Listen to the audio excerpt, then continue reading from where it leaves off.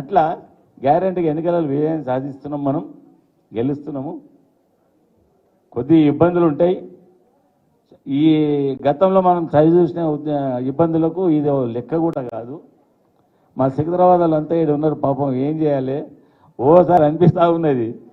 మళ్ళీ వీళ్ళు మా అన్న అక్కడ పోతాడా ఇక్కడ పోతాడా అని ఏమని అనుకుంటారు. ఎక్కడ పోయినామో ఆ టగర్ బస్సులు నేను నా ఇల్లు ఉంటుంది, మీ ఎంబడే ఉంటాయి, నేను ఎంపీనైనా కానీ మీరేమి ఇబ్బంది పడే అవసరం లేదు.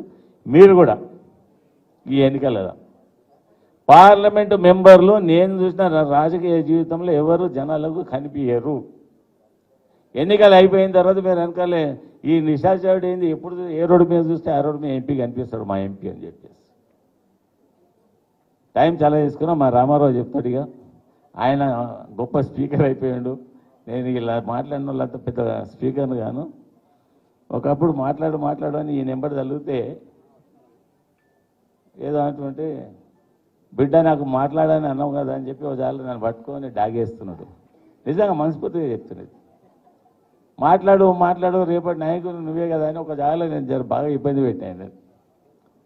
ఇక ఆ మాటలు అయితే ఆ రైలు ఇంజన్ పోయినట్టు పోతా ఉన్నది. ఏం బిడ్డ నేను మాట్లాడాను, ఆ మాటలు రావని అన్నావు అని ఒకసారి డాగేస్తా ఉన్నాడు. నీ ఏడ ఇంపీరియల్ గార్డెన్లో ఇక్కడ ఇస్తున్నా, ఇంపీరియల్ గార్డెన్లో వర్షం పడుతుంది, 2 గంటలు తల్లినాయి బట్టి. అంటే మాకు ఆశ, మా నాయకుని ఫ్యామిలీ మళ్ళీ రాజకీయాలు రావాలి, రేపటి నాయకులు వాళ్ళే కదా అని ఒక ఆశ. ఎందుకంటే బాసమ్మడి తిరిగినాము, అందరి మూట బాసమ్మ. కానీ నేను అన్నాను తప్ప ఇప్పటిదాకా ముఖ్యమంత్రి గారు ముఖ్యమంత్రి ఉన్నప్పుడు కూడా నేను సార్ అని అనలేదు. నేను ఇక మాకు నోటిగా అన్నానే అయిపోయింది, అది అట్లనే అయిపోయింది. దయచేసి మీరంతా కూడా రాబోయే ఎన్నికలలో శక్తి వంచన లేకుండా మీ అందరు కృషి చేసేసి పార్టీ రెస్పెక్టు, ఒక బీసీ అయిన నేను గౌడ కులానికి సంబంధించిన నేను బీసీ అంటే మనం అందరమే బీసీలో ఉండొచ్చు అనుకుంటా. బహుశా ఈసారి అవకాశాలు వచ్చినాయి, మనకు యాదవ్లోకి వచ్చినాయి, బీసీలోకి వచ్చినాయి. పార్లమెంట్ ఎలక్షన్లో మన లిస్టు తీసుకొని ప్రకటన చేసినప్పుడు చూస్తే ముజరాయిలోకి వచ్చినాయి, వాళ్ళతో ఒక కంప్లైంట్ ఉన్నాయి. ఇంతకుముందు అందరికీ అవకాశాలు ఇచ్చారు సార్. అవకాశాలు ఇచ్చినప్పుడు వాళ్ళందరూ అనుకుంటా ఉండేది ఒకప్పుడే వీళ్ళు ఎలక్షన్లో వీళ్ళేం కొట్లాడతారని. కొట్లాడతామా సాధిస్తామా లేదా అని చెప్పి ఎన్నికల రూపంలో రేపు రిప్లై చెప్పే రోజులు అతి తొందరలో ఉన్నాయి. అందరికీ తెలిసి తెలియక ఏదన్నా క్షమించాలి.